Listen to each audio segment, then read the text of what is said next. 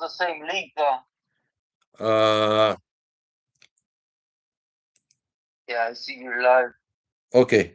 Okay, everybody. Sorry, but yeah, we can get Rob on the camera, but we're gonna go ahead. So I can see your questions now as we go along. Thank you for being patient. I do not know what I'm doing. I'm a dinosaur. I learned on a chalkboard, so I apologize, but we do have Rob on the phone, so I'll ask him the questions that way. So, Rob, can you tell us where were you born and where did you grow up? I was born in Santa Rosa, California, and I grew up in a neighborhood in Santa Rosa called South Park. And basically, there is South Park is a old Northern neighborhood, pretty much. And as I was growing up there, I was good. My goal were never was to become anything. Got you. And so then, so you went to school there in Santa Rosa, and you when we were talking earlier, you had said that you were into sports. What kind of sports were you into growing up? I was into all sports, but eventually, yes, I loved wrestling and Hmm. boxing. Boxing. Right Yeah, on. because I had a Don Ramon, and he used to fight a lot. He used to tell me soccer. He told me, like, nah, I won't put you into boxing. All right. All right. Great. Well, there's a lot of good Mexican boxers, and I know a lot of us are into boxing. That's great. Great skills to protect yourself. Um, and so Yeah. and so then you, according to your book, then you became kind of disillusioned in school. You said you weren't doing too good in school. Uh, can you tell us then at what age did you start getting in trouble, and what kind of things led you up to being involved in gangs? So, I get in trouble with mom, San Rosa, California, when I was growing up, it was bad if you were Mexican, period. Mhm. It was mostly Native Americans and Filipinos from Vietnam and stuff. And basically, what turned me into gang banging was just an incident that happened when I was 10. And it was due to my my jefita. She brought her with her kids to live with us back there on Grand Avenue in San Rosa. And well, Luis on speed. He would eventually he lived in LA, for a while. So he came up there with the mentality, the sureño and stuff. And long story short, just one night, his girlfriend calls me and tells me like, "Hey, receive him." 'Cause we had a long driveway, and told me he's real drunk, right? And put him in a taxi. So I was waiting on him, and when he got there, I was on the porch, and literally right in the middle of the driveway, they rushed him, right? And all I could do, I was a kid, but I ran, and one of the fools that was on top of him, I tackled him, and then I sat on his chest, and I started hitting him. And as I'm hitting him, and somebody else cracked the bottle on me, I have the scars literally that go from my nose all the way to the side and head. And I tried to get up, but I couldn't no more. And I didn't hear nothing, from what was going on. When I really got to him, everybody was gone already, and there was just no way I was going to be able to help him because he was trying to tell me to tell his mom. I was like, nah, nah, you're going to tell her, you're going to. Well, in reality, they shot him like 36 times and stabbed him over 40 times. Dang. And from that moment on, it was like I just picked up a lot of hate. Even though mostly everyone there, I grew up in the grandma's house and their mom's house. I grew up with all of them, with everyone that was Norteño, really. Mm-hmm. But then after that, I was like, nah, hell no. Mostly all the Norteños were natives too. So Mm. I did. I started joining. There was people already swarming on West 9th, right there in Santa Rosa, and they were mainly all just Mexicanos at first. Mm-hmm. And I started hanging around them, and I know Speedy was hanging around them beforehand, and they started claiming basically sued. So I started, man, it became a problem, a huge problem, because I literally lived in South Park, which at the time was the strongest Norteño neighborhood in the whole town. Mm-hmm. And every day it was just on until I started getting in trouble. And at age 11, I literally got someone downtown with a bat and a friend and stuff,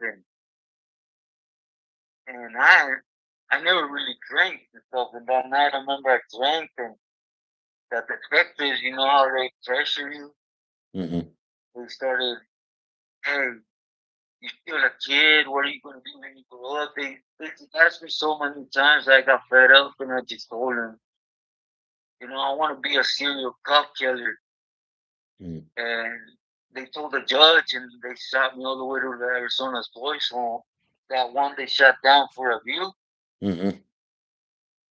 Yeah, and then from then on, everything just kicked off.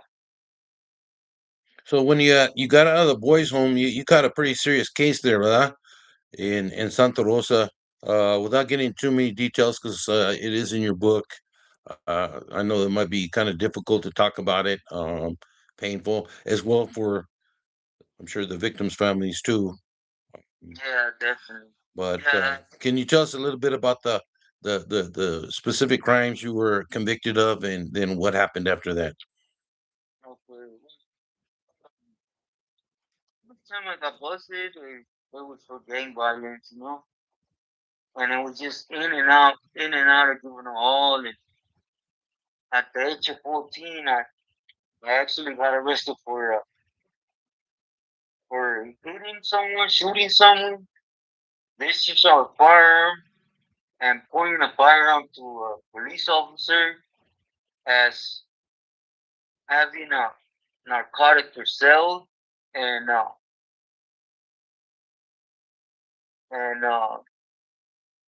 stolen vehicle. And I went to YA for that. And when I got out, is when I caught my case. And I got busted for double murder. And they tried to give me 3 attempted murders because I hit two other individuals. And then I was shooting where I chased them at. It was an alleyway downtown Santa Rosa, and it was a gas station. I could have blown up the gas station.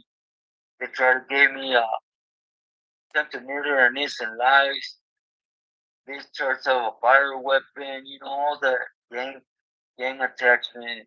But yeah, that's what's sent me to prison pretty much. Okay. Okay, so you got a double homicide case then, and attempted homicide, as well as some other charges. What was your original sentencing? How much time? My sentence was, see, I didn't pay attention. I was young and dumb, really. They sentenced me to Double life. double life. And I was in 96 when I went out to St. Quentin. I wasn't even 18 yet. I was just going to ask you, where'd you hit first, San Quentin? You went to Yeah, reception center at San yeah. Quentin. My first hit St. Quentin. That was the first spot I hit. Hmm. And according to your book, you right away you got celled up with a veterano. you tell us a little bit about that and what he told you to expect? Yeah, yeah. Well, when I hit Saliva, just wanted to get things done for everything. I was raising my hand, and every time they cracked the doors, I was going into somebody's cell. And the homie that was celled up with me, when I first met him, he introduced himself as, I'll just keep his nickname out for Raul Corona, Riverside, right? And he seen I was so wild, and then one day he just sat me down and told me like, "Hey, Chino, siéntate. I want to show you something." And that's when he pulled out his little paperwork, and he was a made member of the parole Salinas. That's why he was there. And he smacked my ears back, and he started giving me flecha, on how things really were. Got you. So he basically schooled you on what to expect as a youngster doing, looking at double life, looking at a long time. Yeah, What was coming down the road? Yeah, basically, yeah, if I kept doing what I was doing, I was going to hit a brick wall. But I'm real grateful to him that he took the time because I thought it was completely different. I have nobody before me that could give me flecha, in town. and so besides San Quentin, and maybe give us a rundown of the different pintas you went to after San Quentin, and roughly how much time you spent at each one, and how that all evolved. Well, from there they shot me to Tracy. DVI And Tracy. when I hit Tracy, I was there in Reds, waiting on committee, and I got a battery, and they basically just gave us a 128D with a transfer. I was there less than a month, for that battery, because they didn't even try to pick up the stabbing, because it was a stabbing, and then they shot me from there to Solano. And Solano was the same thing, I just Hmm. completed resection, and it was on Hmm. pretty much because it was Norteño's prisons, Yeah, and I I was remember just Solano. I went there in the academy. We did a little tour there, a quick tour there, next to Vacaville. That was pretty crazy. yeah. When I hit first there, I took my shirt and they didn't like my tattoos, so I had the area on town and all that, and then they knew what I was getting there from Tracy, that was the one that stabbed the Norteño, and basically they tried to tell me to put the shirt, to keep my shirt on, right? And I just said all right, and I went back and I picked up a piece and told the camaradas, hey, vámonos, let's boogie, and we just whooping on them. Then they tried to move me yards, and they're literally the same day I got off Reds, I was gone because I hit up a paisano and I asked him, hey, where the homies at? And he's like, nah, you two are the only ones on the yard. So the minute they let us out, I just grabbed tobacco and stuff, and we went out to their room and started hitting the norteño. Mm. Started And getting then they busier. shot Yeah. Vacaville, and in Vacaville, I didn't even, it was just pending transfer. We were in Vacaville pending transfer to a different joint. And I snuck out because some things happened, and it was basically a big riot with the Norteños, and they stomped us in. Right there in Vacaville, they beat us in good. And then they shot me to Willis, and I was there for like 3 months in the hole. And I actually caught a stabbing right there in the hole, and then after that, they shot me to Ironwood. Okay. Ironwood next. Yeah. Thank you, Hector Bravo, for saying, everybody hit that like button. Yeah, definitely. If you're not subscribed, subscribe, hit that like button. Appreciate the support. We'll be taking And questions of Robert here in just a minute. So after Ironwood, where'd you go next? well, in Ironwood is where I spend the most time on the GP. And then I caught from there. I went to Tehachapi. Okay. And in Tehachapi is, I was already clicked up because of Ironwood. And Ironwood, Mm-hmm. I grabbed the Jardín for Terco Mm-hmm. and then Terco Stuco there. Acuña. Yeah. Terco Acuña. Mm-hmm. Yeah, So you had the llaves or basically running Jardín for him there and Ironwood. So you had already established your reputation, and it sounds like by the time you got to Tehachapi Shoe. yeah, and as Raúl Corona's kid. Mm-hmm. Everybody knew me as Raúl Corona's kid. And before I even hit Ironwood, Teco had asked me for a favor if I could help him with the Jardín there because there was a lot of shady stuff happening there, right? Mm-hmm. And when I got there with the orders to remove the mesa, and it just it just started going down. We removed the mesa and we recalled paperwork, and half of the yard locked it up. Yeah, I would end up getting deep into politics, and I would end up stabbing the nephew of another member. I don't want to say his name because I don't like the YouTube drama, but Yeah. yeah, that's what sent me to the hole. And in the hole, it just, well, I don't know if you know, when you're in a hole in the shoe, it's just a tornado picking up time, charges and time. And I would end up picking up a couple stabbings and batteries, and they shot me to Tehachapi. And I was there in Tehachapi for a little bit. Who were some I of the got, heavy hitters you had there at the Tehachapi? I know you mentioned them in your book, but for people maybe who haven't read your book yet. yeah, the main one when I got there was Todo from Cucamonga, Sal Hernandez. Right. And he was my band neighbor. He was right upstairs from me. Sure, but it was also Pancho from Verdugo, Danny from White Fence were next door to me. And then, we had Turtle there for a while. Mm-hmm. And then upstairs, Snoopy from 18 was there. Reaper from Ontario was Sal Seven.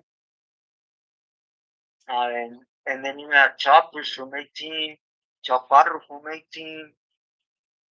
They were all there. They were all members. We were on B side and 7 block. It was mainly the validated block. Yeah, it sounds like quite a few people there Yeah, that people might recognize. The MA and the camaradas.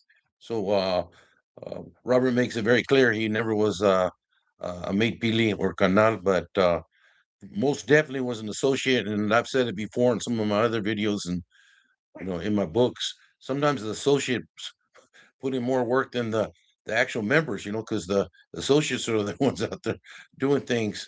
Um, and so he's definitely in that category. If you read his book, he's got a lot of war stories in there, but also some lessons too at the end of the book, um, which is why I when I saw his videos, saw what he was about. That's why I backed up what he was doing. So after Tehachapi, where'd you go next? after, like I could maybe, Okay, so but at that you time went it general was, population 180 after that. they put total. They had found a bunch of perros there, and they would end up flying total to Silicon Bay, and they moved in Chino from Maravilla, Okay. and I started. Chino, Peanut Butter Ruiz. Some people may know him. Yeah, Yeah, the veterano. Yeah. I mean, somebody took control, you know? Hmm. And I went to the 180. I had orders to the Mesa, and I didn't have the time because they told on me. I came back, and then when I came back, they shot me out to Corcoran. Can you tell for our viewers? I know a lot of them are familiar with the prison scene. Some of them former convicts, some of them former officers. But for people who not that familiar with the inside, when you say removal, what does that mean? Removal Yes. is when you stab someone and remove them, you know? They literally remove them from our program. They can't come out with us. They consider no good. Mhm. So they end up on a bad news list or get on somebody's bad side, and then the orders are they're to be Yeah. taken out or removed from the yard.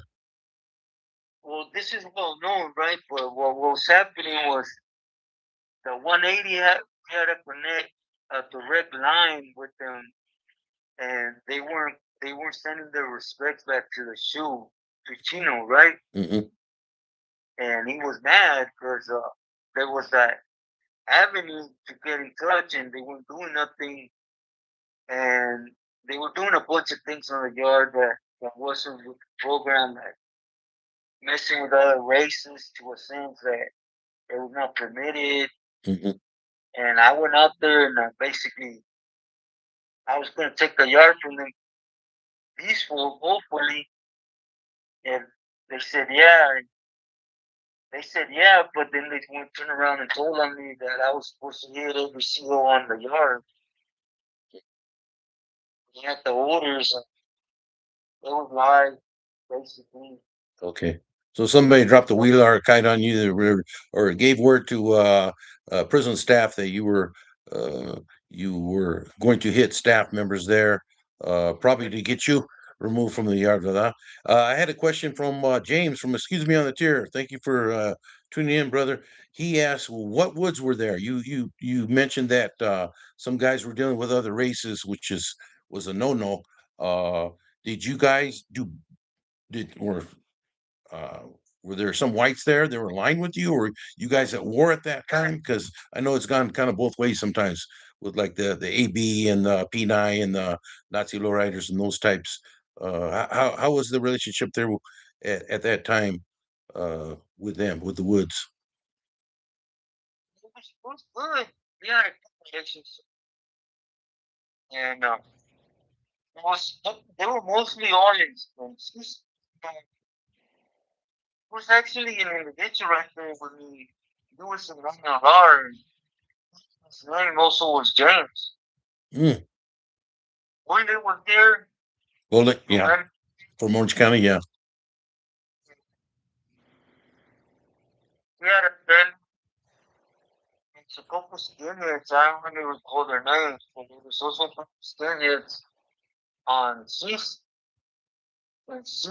uh, section, and they had their own thing going. You know, every time they went out, they were rocking and rolling between NLRs and skinheads. Yeah. Yeah, I know a Yeah, lot of those factions don't get along. Sometimes it's a racial thing. All the whites or all the blacks or all the Mexicans are right together because of the racial thing, but a lot of people don't understand it breaks down to factions, and then even within factions, like with the MA, as you well know, there's different cars and different people who have feel more loyal to one PD than the other, and that different crews on the yard working for different guys, and that always causes a lot of problems. Hey, Daniel, thank you for tuning in. Good to see you. We got quite a few people on. We got 36, it looks like, right now watching. So that's great. Yeah. Appreciate you guys' support.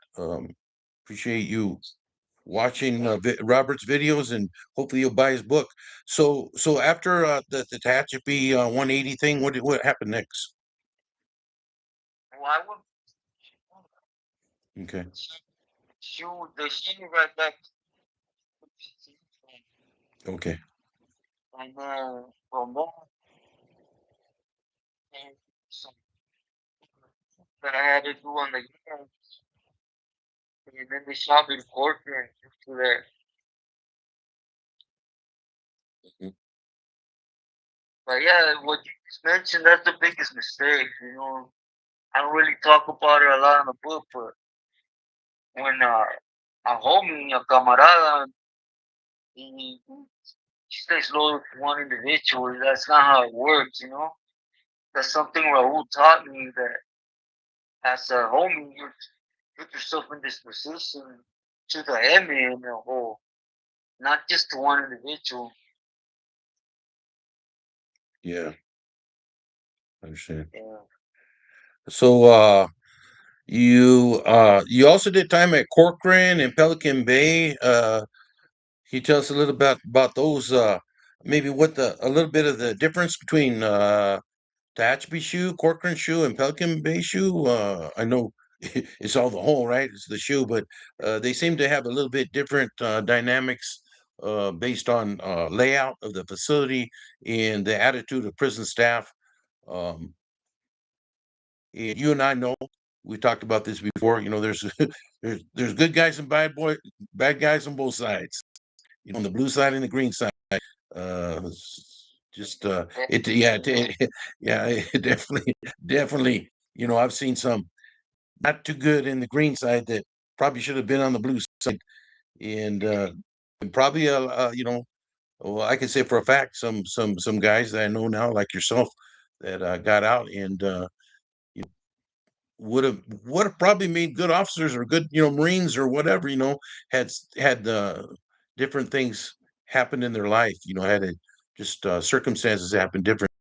That's one thing I always never forgot. I did have family members that did time in prison, and I thought back to myself when I was a youngster your age, how easily had I got caught on some things, uh, how easily I could have got caught up in the system, because it does. Once you get in, it's hard to get out, man. You get caught up in that, and you just keep catching cases to defend yourself or whatever, and it becomes a vicious cycle. That a lot of youngsters Yeah. think this exciting, but as you know better than anybody, man, you waste a lot of years in there, and then find out that your so-called homeboys that you're fighting for don't really have your back like you had hoped or thought maybe they did.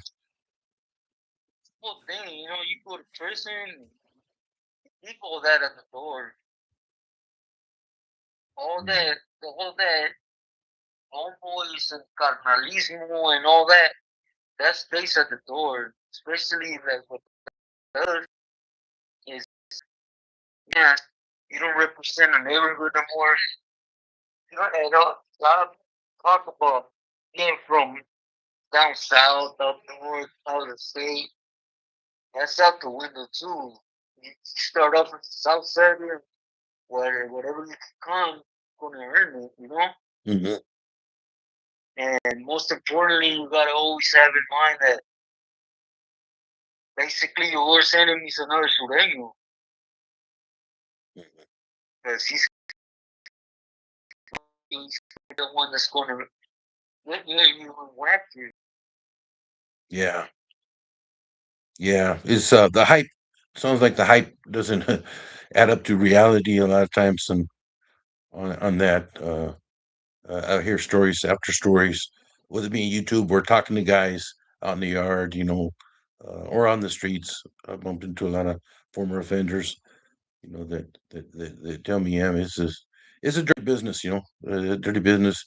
And like I said, our side, our side's the so-called good guys, you know, they did dirty too sometimes. I got done dirty sometimes. I think most officers will tell you they got done dirty at least once in their career.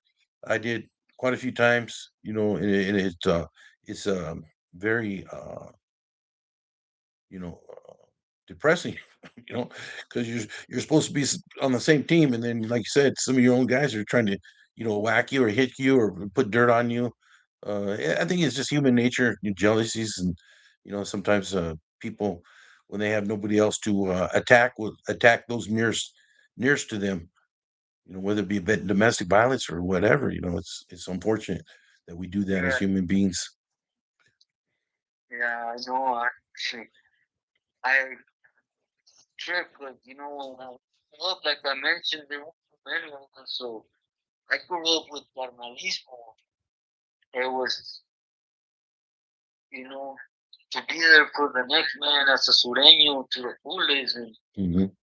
go into a system where guys that stops being there. I'm not saying there ain't good camaradas or there is, but at the end of the day, you got a little bunch of individuals that are going to be the ones dictating everything. Hmm. Hey, we got a question from our friend Agent Orange. He says here, uh, question: would Rob had gone in 100% if he was just doing a 5 year sentence versus doing the double life sentence that you caught? Do you think you would have been as dedicated to the cause? I would be. So that 5 year sentence might have turned into a life sentence anyways, regardless if you're short time in it or doing being a lifer. The only difference is the level. The 5 years, where they would have seen two maybe, Hmm. For and starters, yeah, it yeah, would have been different, probably the politics and stuff. right. But yeah, but yeah, then some guys, like you said, they they act up. CDC is going to give you more points for classification, and yeah, you end up maybe there anyway. So probably a lot of it has to do with attitude. I mean, in your case, circumstance uh, put you at a level four, some level four hard yards. You end up going to the shoe, but um, there's guys on level fours too that can work their way down in points. It's a lot harder though. Just like getting into a gang is a lot easier than getting out. Uh, going up to level four is a lot easy to get shot up in points than it is to get that reduced at classification committee. So then, so after your because I want to get into a little bit of your federal issues. So after Corcoran and Pelican Bay, um, you what happened? Because did you appeal your case then at that time? How did you end up with No, the feds? That's still kind of no, confusing to me. no. Basically, I left corporate. I was an AR first, and well, I got validated on Hmm. my appeal date. First, Hmm. would end up getting kicked out because there was more there. They wouldn't let me just kept me in the home. They were catching more cases, the sector, and I went back, and then they hit me with the of validation, and there was no way I was going to get out of that. And when you say And validation, you were validated as an associate, not as a member, right? yeah, as an associate, Mm. and basically I went to PR, and there I got set up with another member, and while I was there, I was going through cancer first time around, right? Mhm. And, there was a bulldog, but he was no good because there was other bulldogs. He wasn't good with his own people, but he would bang on the wall all night long on the toilet, and basically, I don't want to say his name, but there was an officer there that worked the tower that he was real cool. Mhm. So he just asked for the favor, like, hey, just crack the doors and let me get this fool. And that's what happened. Cracked the doors, and I went up in his cell, and I stabbed him. And then when I got back in the cell, and I was surprised because the DA picked it up. And usually DA didn't pick up anything on me because I was a local life. Mm. And when he picked it up, while I'm going out to court, my lawyer's the one that's seeing, like, hey, they they violated the court's orders on you. your sentencing, and so we started the phase of appealing, right? Mm-hmm. And but by the time the appealment went through, there was some issues that happened, and well, they couldn't prove it on me, but at least the DA, and it was a murder, 187 on my celly, and I got found guilty in CDC, and they shot me to Pelican Bay.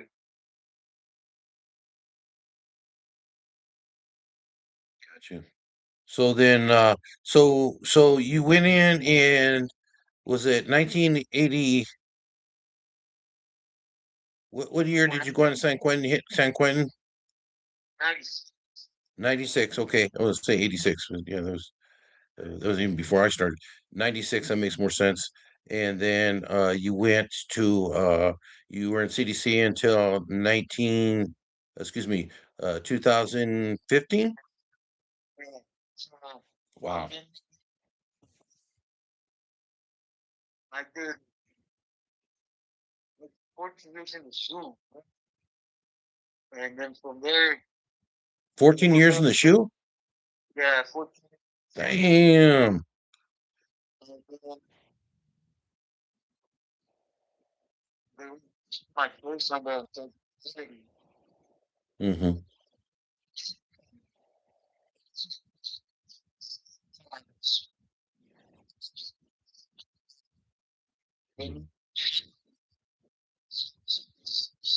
Mm-hmm. So they said, yeah, you're gonna serve a double life sentence, but as a juvenile, and that's what happened.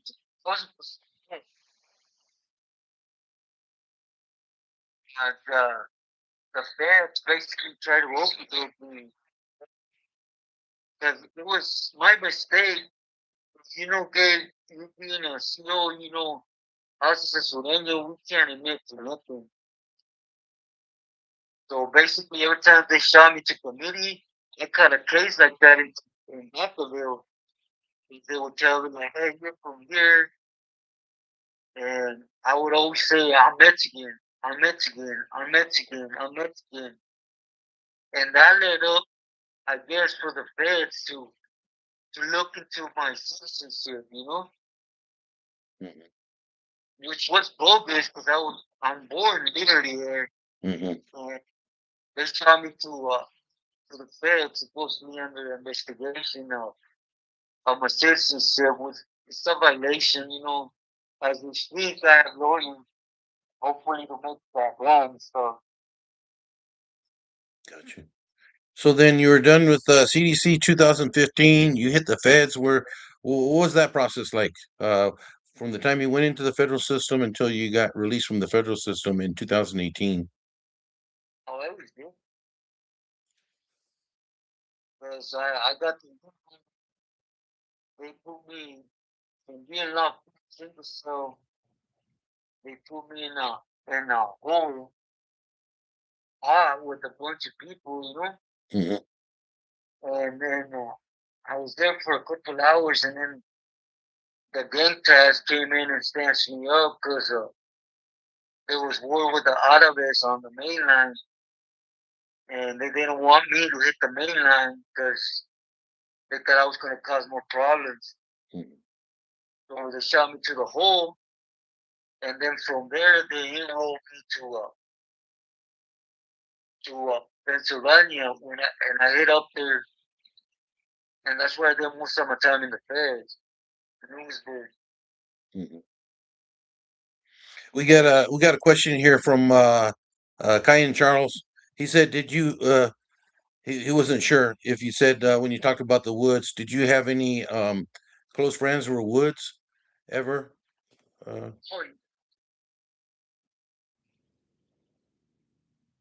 Oh, I got close with the few, like with the P9, Leonard. He was the shot caller there, and we got real close with him. With Lucky from Hammett when we were in Corcoran, he was validated, with an original Bluebird that's from the 80s. Mm-hmm. Blue, they used to club Blue. Matter of fact, I got real close with him. Gave me a lot of schooling with BTF members. They were neighbors too. With NF members, Nathaniels, NR members. So it was totally different in the show, you know? Yeah. Yeah, you might be selling up to nothing but enemies. You can't even. I think you have Yeah, a story in the book where you had talked actually to a Northenu through a crack in the wall, and you were kind of like why are you even talking to me? We're supposed to be enemies, but you gave the guy a chance and found out that he was a decent human being. Unfortunately, he got hit by his own. But you guys, if you haven't read the book, you can buy the book and hear about that story. So, okay, so then back to BOP. So you end up going to Eloy, Arizona, process in. Where did you do your time after that? Where did they send you? Sylvania, Lewisburg. Lewisburg. Okay. I got hit there. That's where they're most. Okay. And And who was I there? got Can you tell us maybe a couple individuals who were housed there at that time? Sana was there from Orange County. Mm-hmm. Peter San Ojeda. Mm-hmm.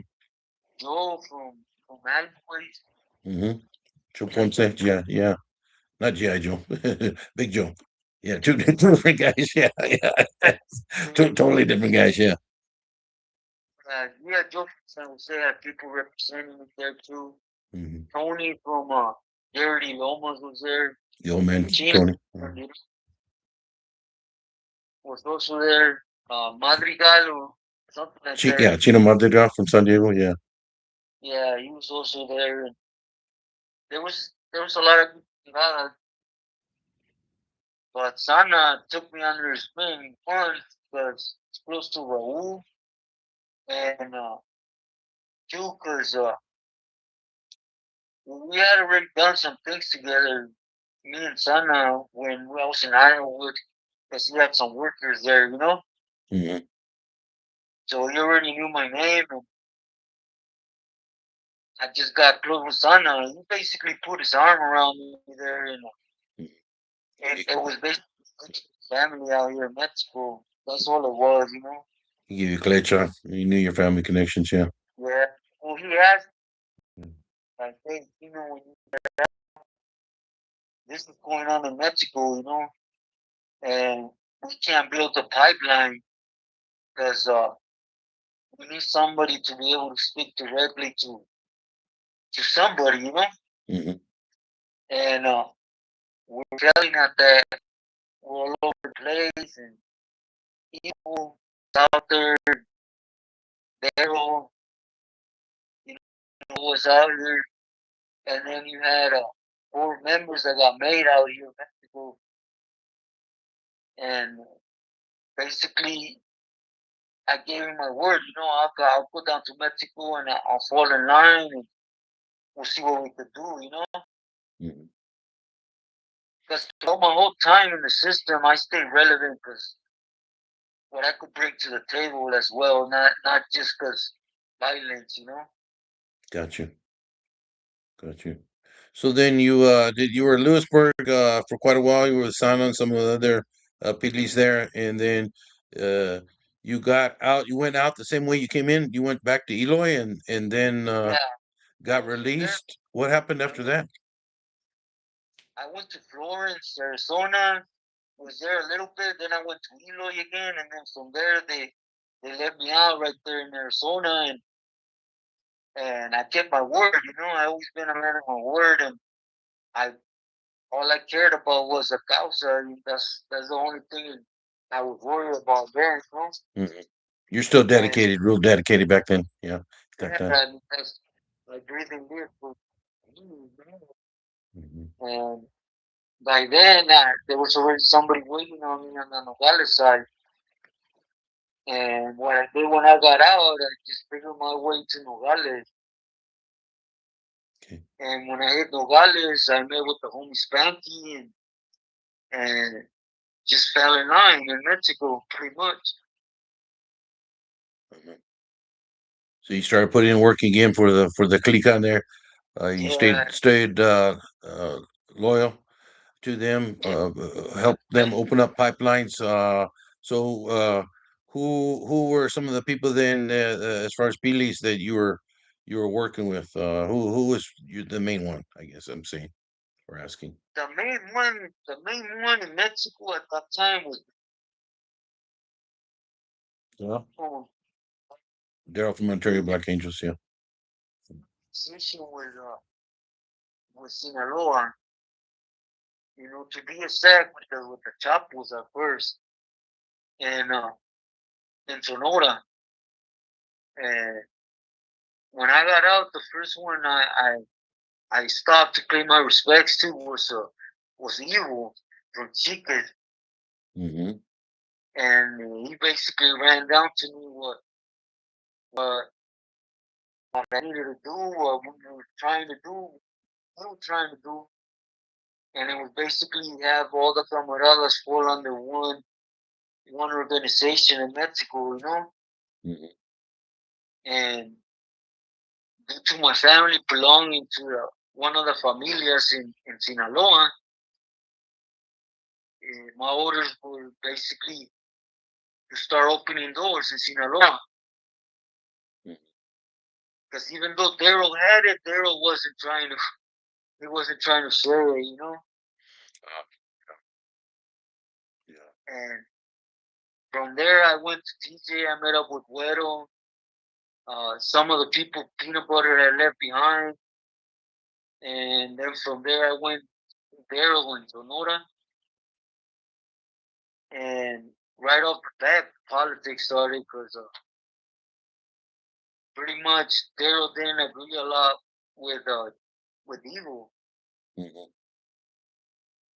And then from there, I basically had orders already from Sana and Evil, and I went down to came back to Culiacan, and waiting for me were some members out here: Richie from El Monte, Mono from Imperio, O from Concepcion, and the homie Three.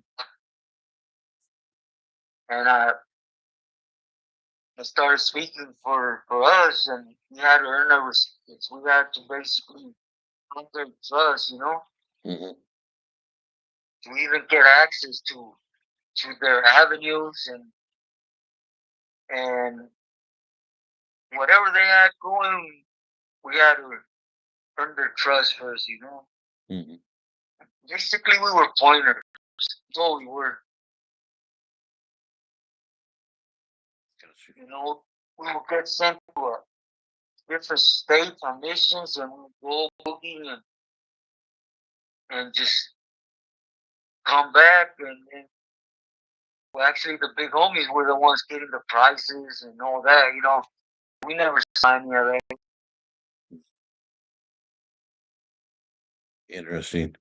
Um, I remember in your book too, you got into. Maybe you can tell us a little, real quick, about how that happened. You ran into some Mara Salvatrucha, and it sounded like a lot of them were females. You were hooked up with them. They were pretty vicious.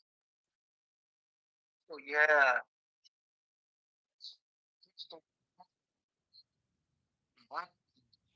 it was a lot of some of the teachers. We were working with the faction in Oaxaca, and we got sent to Oaxaca to remove people in power there. A bunch of Sinaloa too, and yeah, it was that they didn't touch their heart for nothing. Hmm. And Yeah, a lot of people right up, underestimate the females, but they yeah, they could be pretty brutal and they're smart too. Sometimes, sometimes a lot of times, they know how to know how to work things, uh, how to work the system and work. Men don't take advantage of men's stupidity. Thinking on the wrong head. All that kind of thing, and use it to their advantage. I've seen a lot of stories like where that happened, where people thought, oh, they're nothing because they're girls. They ain't nothing. And end up being connected to somebody really actually did some damage to people, and some people sometimes lost their lives. No, she's literally, she's when it was wartime, Mm. they were well, they would literally hold their ground against you. Knew how to shoot and everything.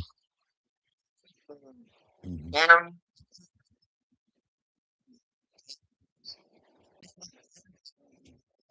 so, right, and like there was females like 10 of them, and we didn't know what it was. They were like, they were trying to throw grenades. Damn. It was all female, Yeah. and but it to it, I would end up hitting like 7 prisons in Mexico. Right. I remember in the book too. It was a very interesting story. You and Evil, you were there during some of the details that you know somebody who was there would know about the riot that Evil was in, and some people get things, and me too. Sometimes I get wrong or third hand, but things where I was there, I can say, no, man, it didn't happen like that. I was there. I wrote the report. I was on that guy. Sorry, it's here. It's true. The message is to give pleasure that I have when I was still Mhm.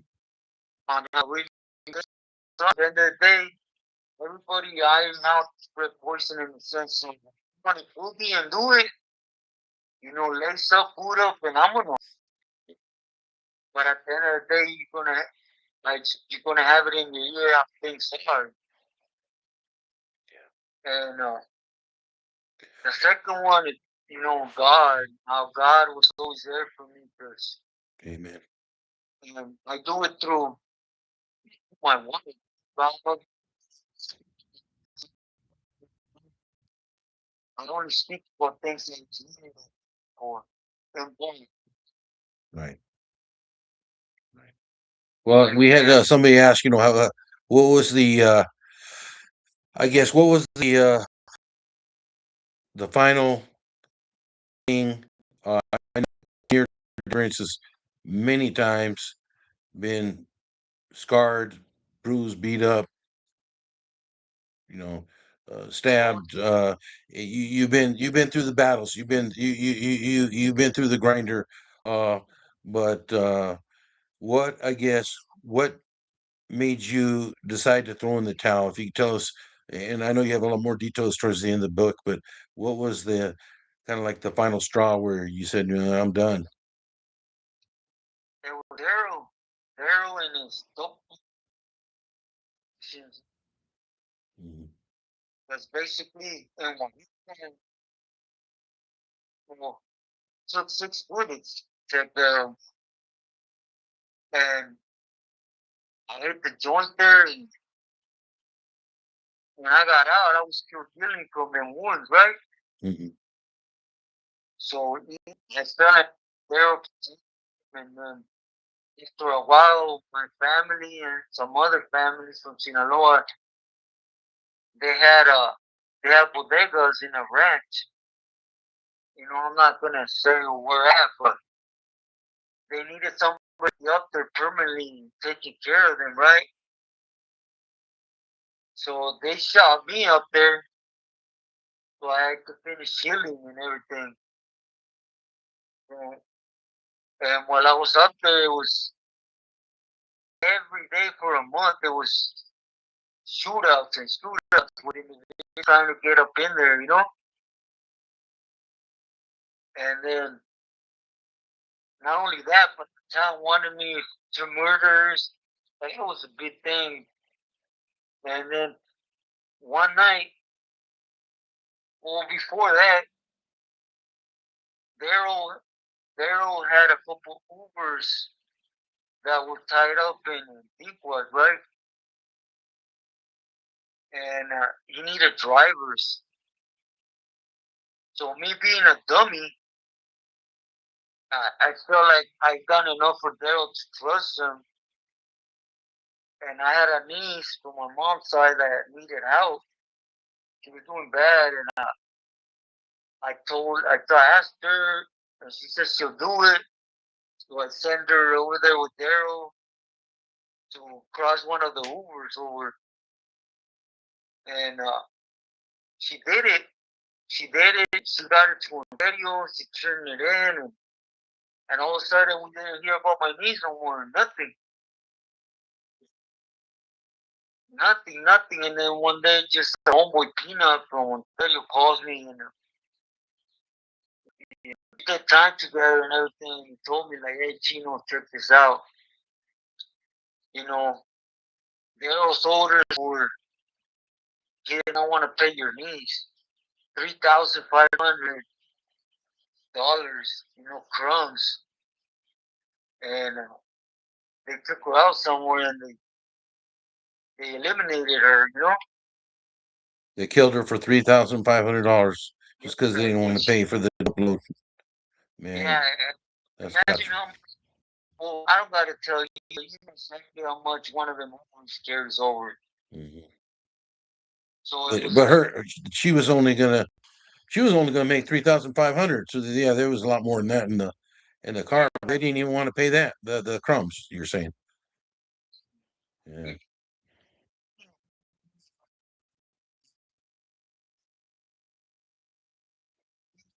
and I was waiting for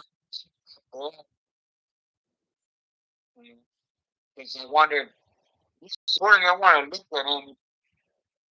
So I confronted with this, and what happened is one night I'm up there and I walk once in the dark with my dogs, right? And I get to this spot where I had some bamboo on the side, and they start shooting.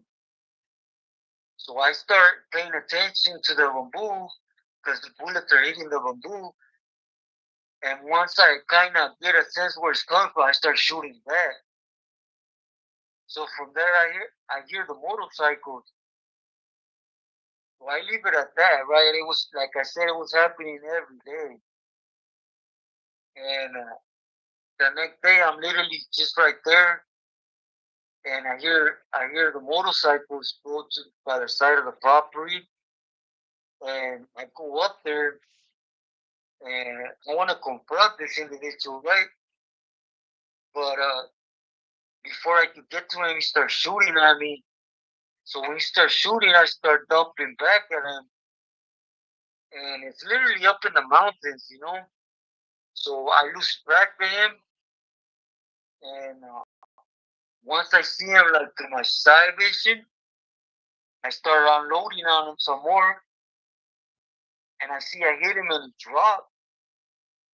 And when I got to him and I seen who it was, and everything just hit the fans, because that was it was about Milan, and that was Bill's right hand man, Sonora.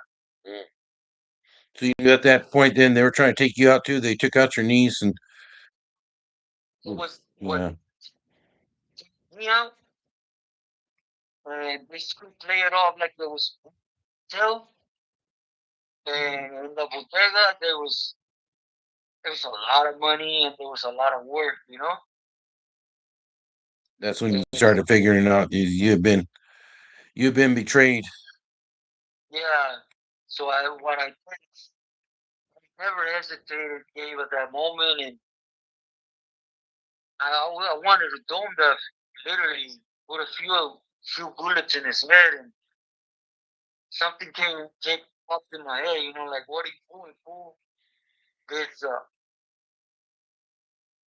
why are you still sacrificing for something that's not yours? And look what they're doing to you. Anyways, doubt slipped in my head. And I have never doubted what I was doing. I never hesitated. Just I kicked them in the grill and told them to get. and I told her to tell Daryl that I knew. Now I knew, and I basically came down from the ranch, and I'm not a thief, so I was with who they had assigned to leave him with, Sinaloa, and I came back to Culiacan, and my plans was to not involve nobody, but just boogie, with Daryl, and God had a plan, so. Right. Yeah, God usually has different plans for us, not to make light of it too. So, whether you call it karma or his luck just ran out, uh the things I think everything happens for a reason. I don't think anything just happens. I don't think we're here just by life. It takes some people longer than others to figure that out. And I'm glad that you figured that out, that you're free. And I know you're dealing with some health issues, but yeah, you're definitely blessed. It could always be worse, huh? Was was I think that's what I know, and God had just he had a brain stroke, heart brain attack, and that put me on my butt. I was literally in bed for 6 months, Mm. and then as I'm literally able not to move, I had a heart attack and thrombosis hit me. And just imagine being completely paralyzed, going through a heart attack and thrombosis. Mm. And I don't want to make it sound like that, but God took all the ability for me to do anything. Yeah, Basically, you're like, hey, school, yeah, get your butt down. yeah. To slow your roll, yeah. You know, So, well, everything started happening with a knee. He was under a knee, and then Aaron got discovered he was a double dipping with the Tamaulipas, and that's why they ended up catching up to him and his nephew, and they hanged them right there in Piedras Negras, Sonora. wow, man, what an journey, what an adventure. Well, I know, like I said, anybody's watched the show knows sometimes, man, you're struggling, to do it, but you put your videos out. I know you enjoy doing that, and you do not, even though maybe sometimes the stories start off with war stories, you don't glamorize the life. You usually always try to end with a message, a positive message, which I also try to do on my channel. And again, that's one thing that immediately attract me to your channel and your personality. You keep it humble. You're not bragging and boasting so much. You're just talking about some stuff that happened and how it didn't it didn't turn out too good either. Most of the time, it usually ended up bad. So why then did you decide to start your YouTube channel? Because again, I wanted, once I started reflecting, going over everything that I've been through and stuff, it's like, I started a YouTube channel. The message is just to open a glimpse. Because even though, people don't agree with me, I could tell you my experience and how it was, and it's going to always log onto your head. And my objective is that, okay, do your thing, do it. But if you ever go to prison, it's funny how the mind works. You might find yourself in a situation that you heard through me, and you're going to be able to foresee it. So basically, again, I came on to give klecha to those that are not giving klecha and just get thrown off to the walls, you know? Because you got a lot of standings individuals that even if they're your own homeboys, they still get out the joint and they still brainwash and they still they pouring the stripes in prison, Mhm. and that's basically it. And also, in every video I do, I try to pinpoint out, even though we're doing things that weren't godly, God was always there, at all times. And even though I didn't deserve it, He helped me get out of a lot of things. Yeah. Well, I think you're still on this earth for a purpose, man. Like I said, I dig your videos. Anybody want to check out his channel, his Misled Loyalty? We'll have I'll put it because this thing didn't come out. Like I said, I'm not good on technology. It didn't come out exactly how I had hoped. The live we have hope to have Robert on the camera, but I was still figuring out this YouTube stuff. I'm glad we had him on there uh, to hear him, anyways, and that he's doing health wise pretty good today. So I appreciate that. Um, go check out his YouTube channel, and he also has a new book out. Can you tell us a little bit about that and where people can get your book? Okay. Yeah, just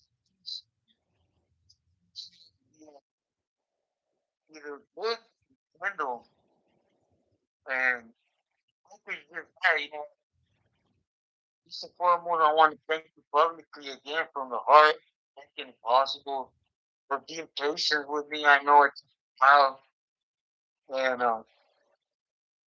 it's just that, me personally, I'm like you. All my life I've been busted. I don't know technology. So for me, it makes more sense the message being out in a book that lasts a lot longer. Yeah. Well, it's an awesome book.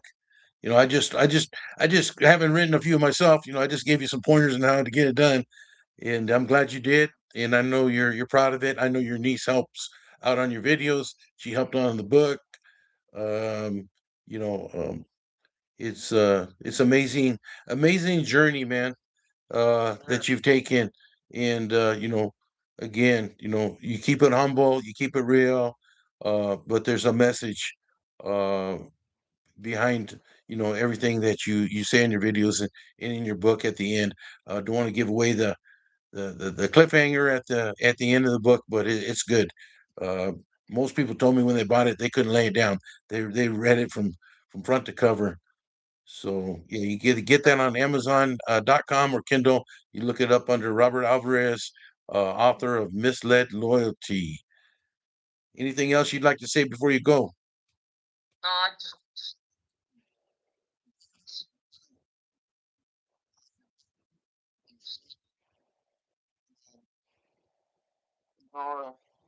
the friends, family. I just want to say, but with this, I could sit down and tell war stories and how many times in the reaches this that. Uh, Everybody that knows me, I don't glorify on nothing. I just tell the story and basically what other people don't tell you, the ending. People are asking if you're gonna have. Are you gonna go live tonight, Rob? Yes, yeah, Okay. Yeah, he'll be like, alive. He'll do a live. He'll do a live, and you can see him. You can see him yeah, probably. Hear him a little bit better. We did this via the phone, but I'm glad you were able to get on the phone. We had it all. We thought we had it all worked out and lined up, but like I said, I hit the wrong button somewhere. I don't know what, but thank you for being patient with me, also, man. Appreciate it, and glad to call you a friend. And I'm very glad to know you, and continue to be blessed and keep on sharing your message, brother. not you, again, from sincerely, even going out your way to do so, like I stated before, we've only done two interviews with Hector Bravo because I respect him. I respect him as an individual, and I respect you, your knowledge, how you put out things too. And just thank you. Thank you for the opportunity. All right. Well, it was a great interview. Thank you, and yeah, we'll I'll send you that link when it's done, so we could put the also your book there. I did a little kind of like a little plug for your book at the end, so I'll send that to you as soon as we're done here, man. You have a good evening. Take care. Oh no, no, please do. Yeah, yeah, please spread the message far and wide. Thank you, man. Have a good night. Okay, okay, cuídate. Okay, igualmente. Thank you, Gabe. Okay, adiós. Bye bye.